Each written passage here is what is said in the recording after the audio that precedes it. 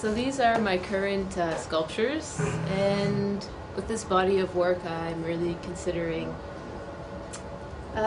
figuration and the body in relationship to materials. So color is a really big component, also materials texture or its cultural, personal associations and how they affect how we perceive objects. And I'm often using fabric and considering fabric's relationship to the body.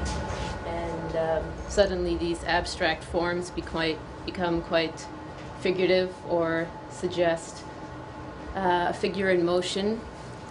And their scale and their verticality and even their forms. So oftentimes there's components that look like limbs or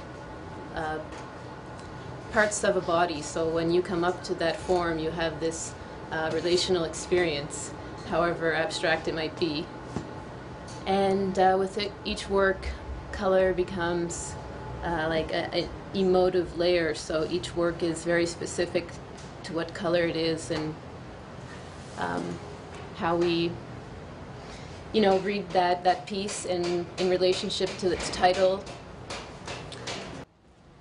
With my titles, I'm really opening up a subjective position or talking from the personal position. So titles like Stand Up for Yourself or Just Passing Through, they're very much conversational, or they're alluding to a narrative about some sort of personal experience, and I feel like those titles give a bit of access into the personal meanings of the works, which might otherwise become just abstract forms. Construction of the sculptures, I'm often using very affordable, low-grade materials, household items, or studio refuse, often paper mache, rolls of paper tubing, which are on the armature of this form, and then covered in plaster. They become solidified, so the internal objects are concealed.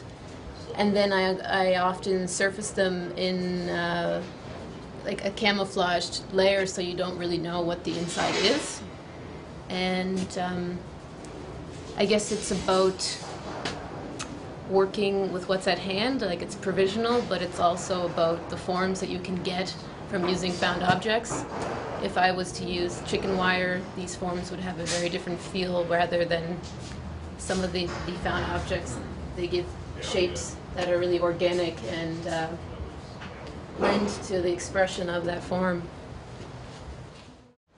So the main reason I am so drawn to sculpture is its relationship to the body, because it is physical in space. It overrides intellectual reading. You're more approaching it in a relationship to your body, so like it's a physical language. So everything that you do within a sculpture is a new layer within that expression. So like I talked about verticality and scale, and ultimately they become like